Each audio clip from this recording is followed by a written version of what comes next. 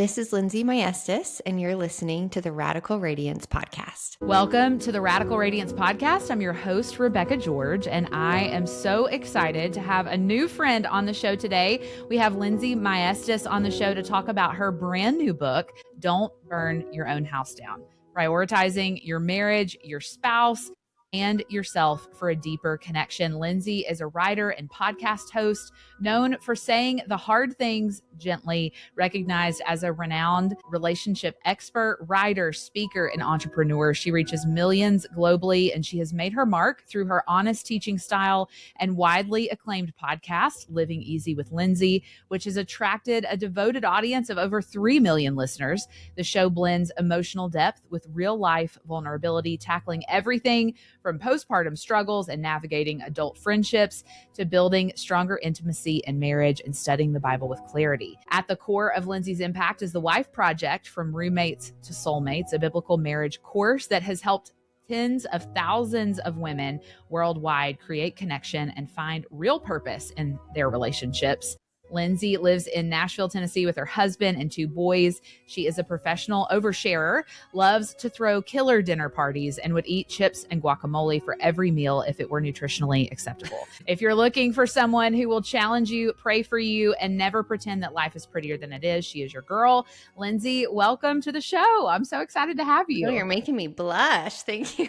Listen, I'm just reading your bio, and it's a really good bio. And I feel like we're already friends because I would eat chips and guacamole all the time if it was nutritionally acceptable as well. As you said that, I was thinking, oh, that sounds so good right now. It really does. Thank you for having me. I'm so excited to be here. I'm really honored. I'm glad to have you. I've wanted to connect with you for a while. And so I love when new friends write books and we have a reason to get together. And so I'm wondering, what's your favorite Mexican place in Franklin? Oh my gosh. Well, I'll be honest. It's a little tough because I come from New Mexico. That's where we were born and raised. So it's a different what good looks like. Yeah. I mean, it's like green chili, red chili on literally everything. If you've ever had it, it's actually tough for me to transition to this food because I'm used to having chili on burgers, hot dogs, sandwiches, like any type of food.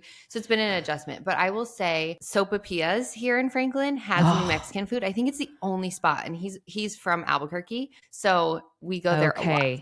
Okay. I love that. I went to meet a friend in Franklin a couple weeks ago, and we went to, I forget if you probably pronounce it Mojo Tacos in at the factory, which is one of my favorite little spots in Franklin. And I feel like once I tried it and loved it, it was just my place I go back to every time I'm in Franklin. So that's one of my go-tos. We went there and then got some Five Daughters on our way out, and it was awesome. Okay. We love Five Daughters. We also love Parlor. Sorry, guys, I choked on my water, so my voice will be a little crackly for a minute. But we have been so fortunate because since we moved here, a ton of the Nashville restaurants have been popping up. We have an In-N-Out like 9 minutes from us, I think, which is so very awesome. New. Yeah, very exciting. I love it. I love it. Well, I am so excited to chat with you about your new marriage book. I feel like you were such the girl to write this book. You've been talking about marriage a long time on your show and in your content. And it's called Don't Burn Your Own House Down, which I love the title of the book, by the way. I think it's so fitting for so many of us probably in our seasons of life. And it talks about kind of fighting this complacency that can build in our marriage. And so as we get started, what are some of those sort of common like small fires that end up being this kind of death by 1,000 cuts thing that happen in our marriage that if we don't tend to them can lead to this deep disconnection that many marriages are feeling? How do we catch that early and identify it so that we can tackle it? Okay.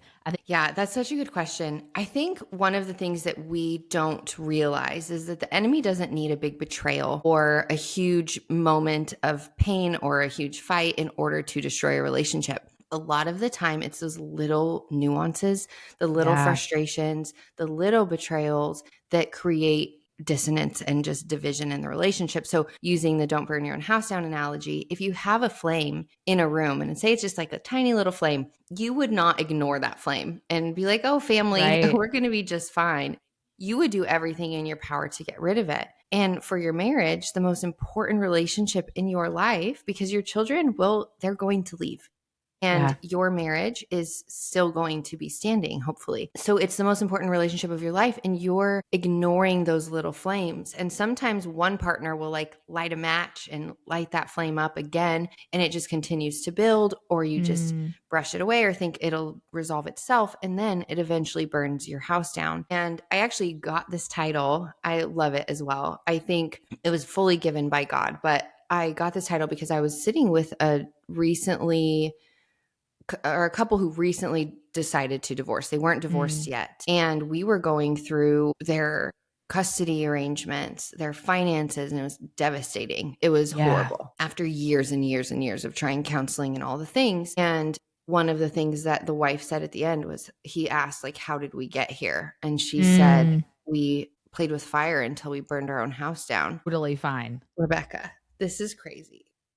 Listen, I don't know what's you happening. are totally fine. God. And he was just kind of somber and sad. And though he had made the decision to leave, he was still trying to reconcile all that had happened. And she said, we played with fire until we burned our own house down. And they did. You know, they allowed these little temptations to seep into the relationship. They really just gave way, not intentionally. They didn't know. They didn't realize it would build so quickly, but the flames will build. And so you can either drift apart or drift together. There is no middle ground. And I think the awareness starts when you ask, do I feel emotionally safe in my relationship right now? Do I feel like my partner is my friend? Like I can laugh with them and play with them and actually like enjoy, like I feel like how I was dating, how we felt when we were dating. Do I feel like I can be vulnerable with them? Do I feel like I'm walking on eggshells when they're in the room? And do I prefer to be alone? I think that some of those questions can really help us to discern, are we in a healthy relationship? And if you answer those and you're like, oh, actually, I don't feel great, I think it's good to step back and evaluate where you're at. Yeah, totally. I wonder, as you have sat with wives and counseled couples along the way, what are conversations that married couples should but rarely have that might be a good starting place for listeners coming to the conversation? And they're listening to that list of questions you just asked, and they're thinking, yeah, some of those I can relate to. What are some of those conversations that we should be having? Yeah. In the last chapter of the book, I give a list of 15 questions that have really changed our marriage, Oh, I love that. because I feel like we should be very intentional with asking things that allow your partner to express how they're feeling without receiving a defensive reaction. And so some of those questions would be, how did I make you feel loved this month? In what way? Like specifically, what did I do? And also, in what ways did I make you feel disrespected or unloved this month? And I give a full set of instructions in this because I know it's like a minefield walking into something like that, especially emotionally. I'm a very sensitive person. And sometimes my husband answers and he's like, you told me to answer honestly. And I'm like, but my heart, I can't handle it. And I've had to learn to say, it doesn't matter if I feel like I intended to do that thing. It doesn't. It matters how I made them feel. And so with my husband, if I made him feel a certain way, it's not for me to defend, because I'm not here to defend how he feels. And the reality is that if we do say we're so tired and so lonely and so frustrated that divorce feels like the only option, the reality is that when you do get a divorce, you're only left with yourself to deal with. You only have that big fat mirror in front of yourself to look back and say, I wish I would have done this differently, or I could have handled this better, or I could have been less lazy here, more intentional here. We can't point fingers at them anymore. We can't blame them anymore. They're not accessible to us anymore. And for me, when I think of it that way, it's very challenging, because I realize, hey, at that point, if somebody decides, if my husband were to say, hey, I'm done, I can't do this anymore, the way you're treating me or the way you're talking to me is so exhausting and I'm just not happy, and I were to then leave, I would only have myself to reconcile with. And so I think it's very important to be willing to ask those questions and to listen honestly without a defensive reaction. I think some other conversations can be, hey, what are some things that you'd like to do together? What are ways that we can build together? And a lot of this is building ministry or building outside of yourselves. A lot of couples get really stuck in your children, your family is your first ministry. But I think a lot of the time we can almost idolize those relationships or put them in such a high position, Yeah. even over our relationship with Jesus. And Jesus calls us to serve. He calls us to be his hands and feet, to get Yeah. out into the world with our families, right? And so what are we building together as a family that's outside of us? Because when we just stop and look at ourselves and our situation for so long, we become self-consumed. It is Mm. really tough to not feel like, oh my gosh, the world is against me, my marriage is against me, life is against me, when we're not doing something bigger. So what can you build? Can you go out and feed the homeless? Can you serve in a ministry? Can you get really plugged into the church in a way that benefits and serves the church itself and your family? Are Yeah. there areas where you can build that stop you from internalizing and over evaluating every single thing in your life? And I would say, lastly, another question is, how can we continue building upon our intimacy? Do you feel satisfied in the bedroom? God designed marriage for pleasure and joy and sex, because a lot of physical connection can lead to emotional connection. It's not only the opposite. I understand it's more comfortable to be intimate when you're emotionally connected, but sometimes you're just so emotionally disconnected that you need that physical intimacy to get there again. And I have told people before, sex has saved my marriage.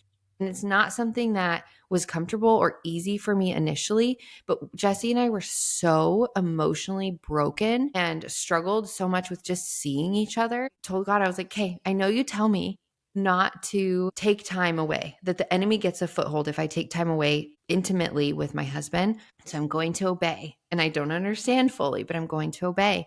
And I did. And I would pursue every night, or Jesse would pursue, and I would say yes. And I told myself, I'm not going to say no to this because I want to see what it can do for my relationship. I am committed to this. I want to do what I can to make it work. I Yeah. want to know, if something were to end, that I did everything in my power. And this, of course, is not for abusive relationships. This is solely for a Yeah. safe relationship in which you have frustrations or disagreements. And the connection that it brought for us and the vulnerability it brought out of my husband, the vulnerability it allowed for me to have, was immense. And so I think Yeah. there are conversations and they do need to happen, but sometimes we just run those conversations dry, and we need to live in a way that is a little bit more intimate and vulnerable. Yeah. So good. So, so good. I love that so much. We've talked about this a little bit, but marriage today is full of distractions, right? We know that screens, busyness, parenting demands, whatever it may be in the listener's life. What does it look like to set rhythms, Mhm. right? I think that's another part of the conversation too. Conversation is one, but then the rhythms that we establish in our marriage that Yeah. honor each other and the Lord without feeling like, oh, we're just adding something on to our already busy life, right? Yeah. What would be kind of your wisdom there? Yeah. Great question. That was actually a heart of Don't Burn Your Own House Down, is I am not trying to add to your plate. We Yeah. already have so much going on. We are so busy. It's just that the things that we're doing are misguided. And so my heart with the book is, hey, here are the things you're already doing, but here's how to shift them a little bit without adding more onto your very, very busy plate, that gives you the ability to see your partner in a different light. Yeah. Here's some information and some knowledge and some research that allows you to think, to have a different perspective about marriage and relationships. So that's a big part of it. And I like that you say that, Rebecca, because I do think it's really important for people to know, like, hey, I'm not giving you more to do, Right. because it just feels, a lot of women specifically already feel like I'm doing everything. I Yeah. am the one carrying the burden. I am carrying all of the emotional labor in our home. I do the doctor's appointments, the birthday parties, the parent parties, every single thing, our friendships, I maintain them. It's a lot and it's heavy. Yeah. So I think one of the things that I have really felt is very impactful to couples and have seen is that autonomy matters. And I know that this Yeah. seems odd for a marriage book to speak about individuality and autonomy, but the thing is that we really do expect our partner to do everything that a village once provided for us.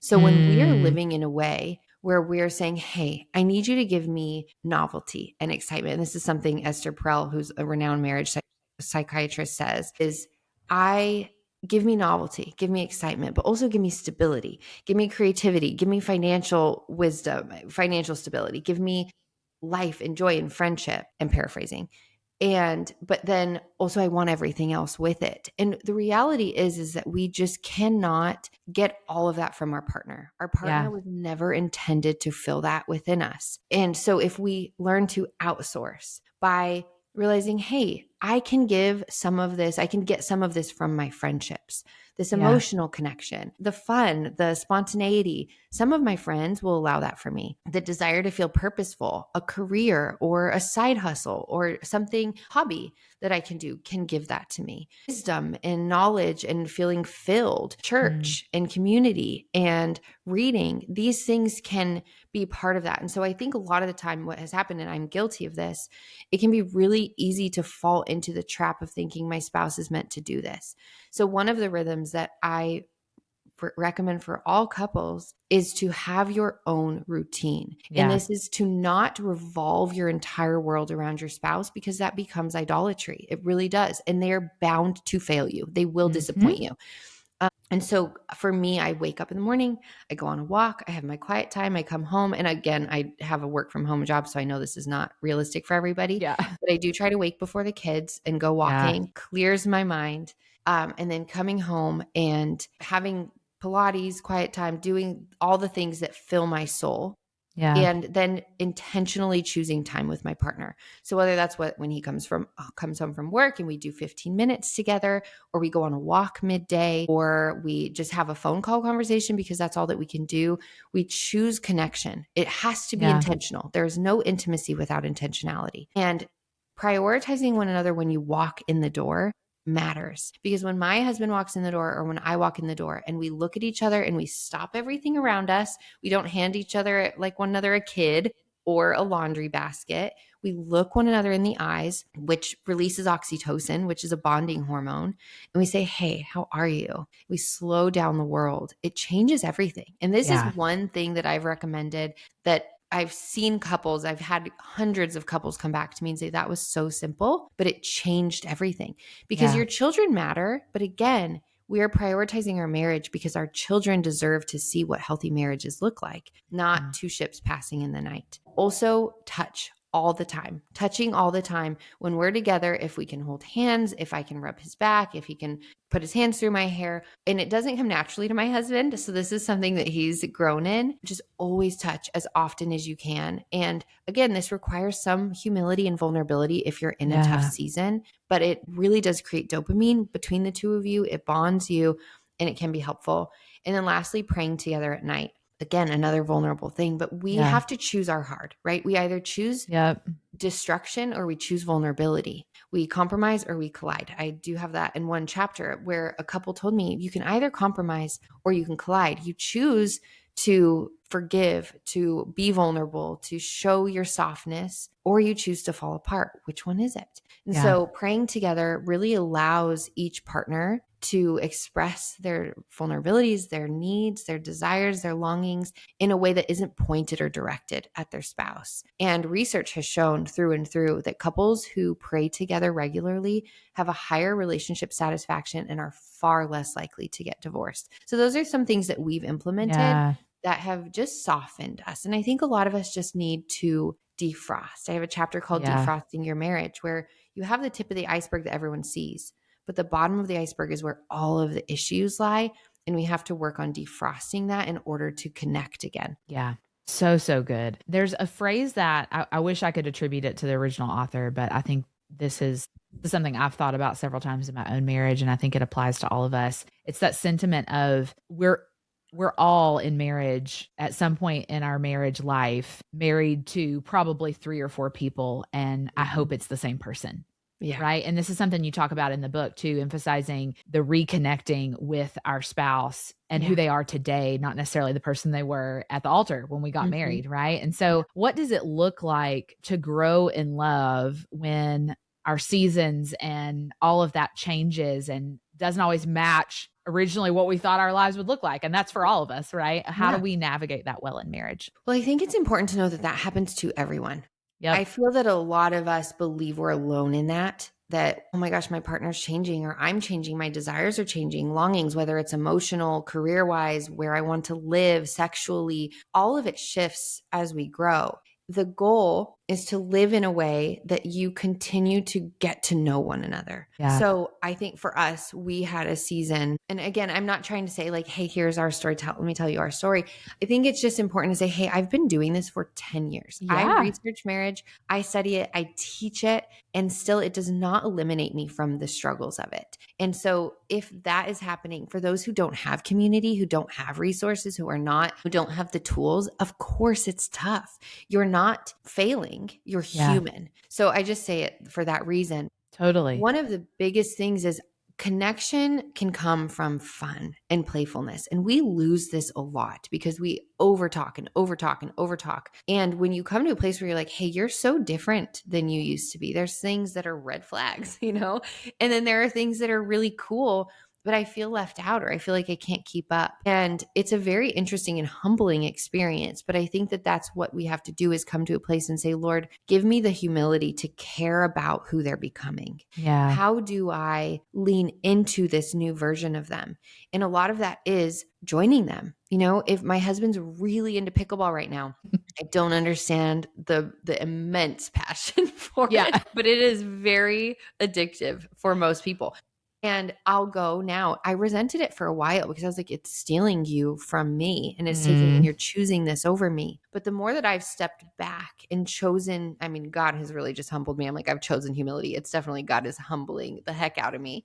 I've seen how good it is for him, the community, athleticism of it all, just the endorphin rush, like all of it is so healthy for him. Yeah. And instead of being bitter at it, I've started shifting into like, you need this thing. So I will go and just watch him. I will join him. I'll ask him questions. Who did you play with today? Did you win? How did this go? You know, I care about what he cares about. And it has shifted so much, that simple act of like going from just him coming home and being frustrated, which of course nobody wants to come home to a frustrated wife, to having interest in what he's doing is big. Yeah. Now, not everyone's going to do this, right? If you're really into knitting, it doesn't mean your husband's going to come alongside and knit with you necessarily. Yeah. But the more that we speak life into our partner, the more that we show interest in the things that they're doing, the more likely they are to return that. And again, we don't want to do this with expectation. A lot of the time, our reward is in heaven. We are seeking this marriage, this relationship where we continue fighting for the good, for the glory of God. And that's it. Yeah. It's not so that they'll return the favor. It's not so that they'll respond in a certain way, because those expectations will also crush you. But when we're saying, hey, Lord, you called me to this covenant to fight for it, and I'm going to fight for it for that purpose, for your glory, because this is a ministry, it changes the way that we live. We're not living worldly minded. We're living eternally minded. Yeah. So I think just like finding fun again, finding spontaneity, leaning into the things that they love can be really beneficial. And then lastly, I'll say a lot of the time we think if we got into a relationship with another person, it would just be so much easier. If I found somebody who just connected with me in this area.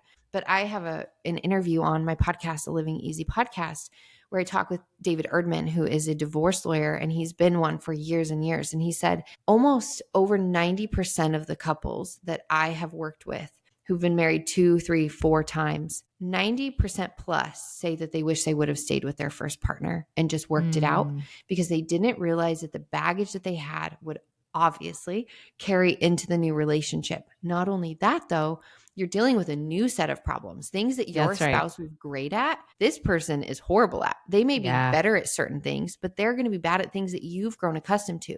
And you're dragging in your family and your history and patterns. Lastly, I'm a child of a divorced home, and you never get to stop being around that person. I am 36 years old. My parents still have moments where they are now grandparenting together, though they've been separated for, 32 years. They're still having to be in one another's lives. And when you think of it that way, you never, if you have children together, you never leave that person. And so you're still parenting together. You're still navigating, but sometimes now through lawyers or through text messages full of hatred, instead of trying to make it work the first time. And again, I'm not speaking to abuse, because scripture is very clear. Betrayal, abuse is a reason for divorce. So divorce is not the ultimate sin. I am just trying to push people toward seeing their covenant and what it's worth in a world that says, it's just easier to get divorced. Yeah. Yeah. Something my husband says all the time is coming to mind as you were talking. And it's that that thought of we become one in an instant when we walk down the aisle, but oneness itself, the practice of that takes a lifetime, Yeah. which I think is so freeing, maybe to a couple who's listening to this conversation and they're thinking like, man, we've been married for 10 years. We've been married for 20 years. And why is this still a challenge? Because Yeah. we're two broken people coming Yeah. together, serving a perfect God, trying to understand one another. And so something we'll say often, we're hobby people. So I totally get the pickleball analogy. Yeah. There's always something going on in the George house, whether somebody's like playing a guitar or learning a new hobby or crocheting or whatever. Like our house is just really creative and fun, but we don't always love the same things, right? But something my husband will jokingly say, but I think there's some truth in it, is like, I may not love leatherworking, but we love it, right? I can humbly choose to be interested in what gives life and joy to my husband, because ultimately that turns around and comes back and blesses me. Absolutely. Right. And so I may not love it, but we love it. Right. We say that great. a lot. And I like so that. It's a good phrase. I'm going to steal that. Yeah, steal it. It's been so helpful to me. And so, yeah, you become one in an instant, oneness takes a lifetime. And so I think that's a really helpful reminder.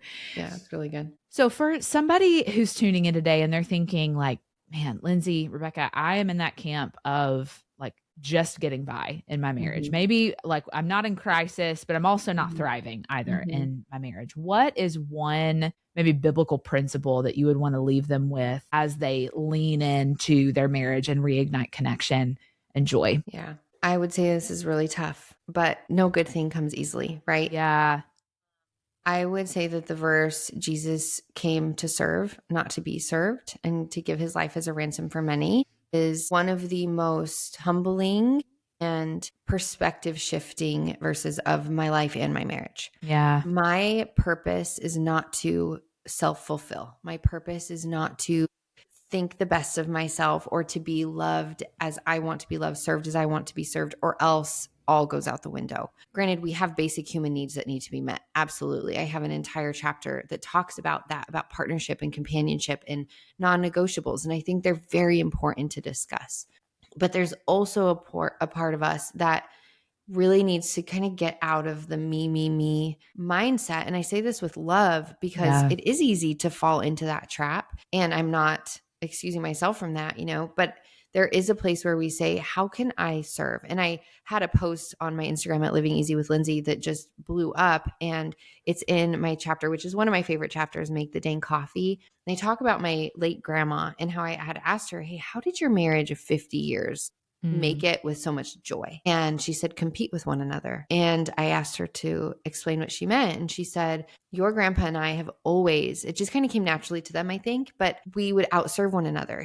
I would go wash his car in the morning, and then he would realize that, and he would go out and tend to my garden, and I would realize that. So I'd come in and I'd make him food, and then he'd come in and bake me a dessert. And he was like, it sounds a little bit exhausting. And there were times when it was, but it was never malicious or negative. It was playful. Like we would laugh, we would have fun. We would do these things to outserve, to notice what that person needed and to do it for them. And there were moments where she basically was like, I could give 80%, and he could only give 20. And there were never expectations for him to give more, because I knew that when he could, he was giving what he could. And the same for me.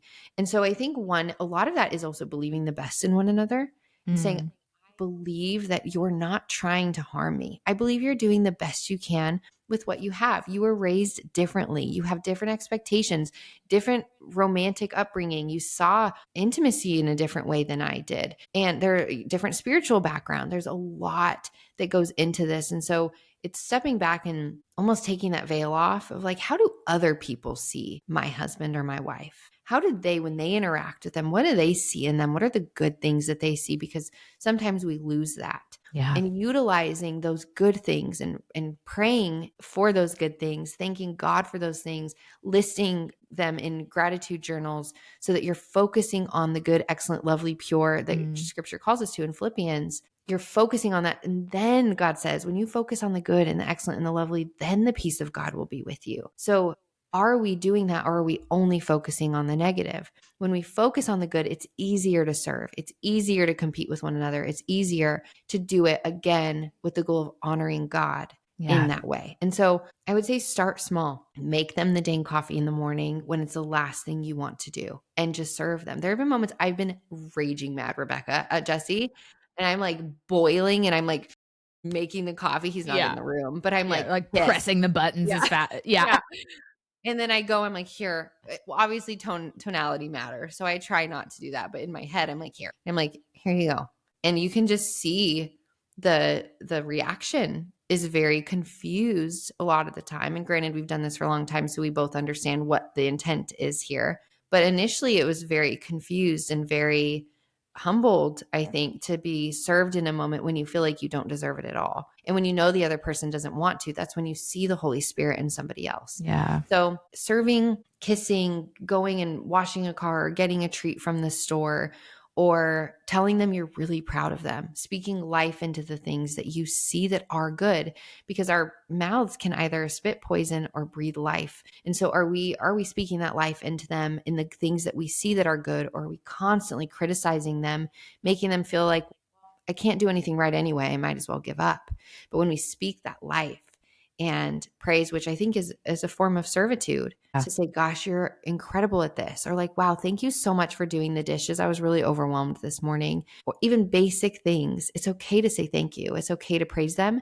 And as you do, watch as they live up to that praise, because they will want to continue to be better. Life, speaking life is one of the greatest things that we can do in our relationships. Yeah, I agree. That's so good. Well, I am so excited for our listeners to get their hands on your new book. I want to tell them here in a minute where they can find you, where they can find that, all the things. But before we do, there is a question I ask all my guests that come on the Radical Radiance podcast. And it goes back to this verse in Psalm 34 that God really put on my heart as I was naming the show. It's verse 5, and it says, "Those who look to him are radiant, and their faces are never covered in shame." And so the question I love asking in this season of your life, Lindsey, is what about Jesus makes you radiant? Gosh, I think in this season that I'm in right now, it is that there is no condemnation in Christ Jesus. I personally live in I have a lot of high expectations of myself, and therefore I often feel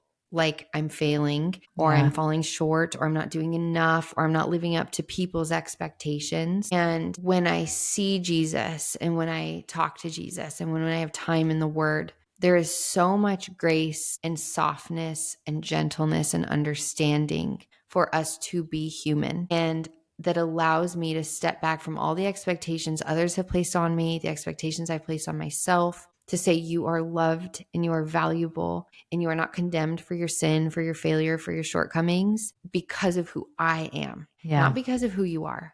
And it just immediately releases that pressure. And I genuinely have to go back to this every single day, because the pressure comes back every single day. With this book alone, it's been a really difficult thing for me to say, Lord, this is yours, not because I don't trust him with it, but because I feel like if I'm not doing everything, I'm failing him. And so he's like, you can't do anything to fail me. You can't. You're not powerful enough, Yeah.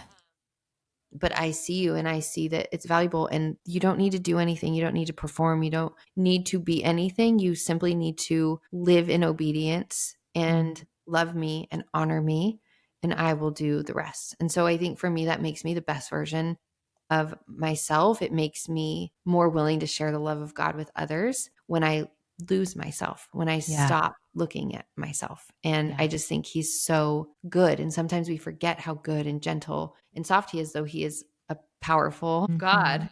And there is a fear that lives in my heart. I think I have a lot of that fear already. And so it's the gentleness that I have to believe. I have to choose an obedience to believe that gentleness lives there. And when I do, it's very freeing for me. Yeah. I love thinking about how all of those things we know to be true about the Lord are true in perfect measure, like an endless measure, right? His gentleness, his loving kindness, his justice, his love for us, his mercy, his kind, like all of those things coexist, and they don't compete with one another in his economy. And that doesn't Mhm. necessarily always make sense to us this side of heaven. Yeah. And I think it is less of a tension to be managed and more of a mystery to celebrate.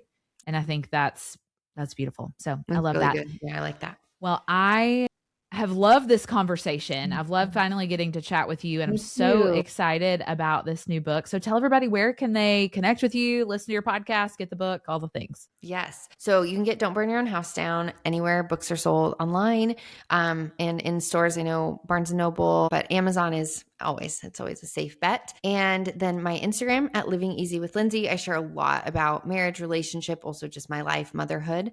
My podcast, the Living Easy podcast, is it's been my heart and soul for a very long time. And I talk a lot about faith, relationships, discipline, motherhood, marriage, kind of all of the things, but always with a goal to live a life that is not stagnant, to live a life that is thriving for the glory of God. And so it challenges us to really work on the areas where we may just accept who we are and instead say, hey, but how can we live in a way that actually brings more joy, more life to Mm, our soul, and more glory to God?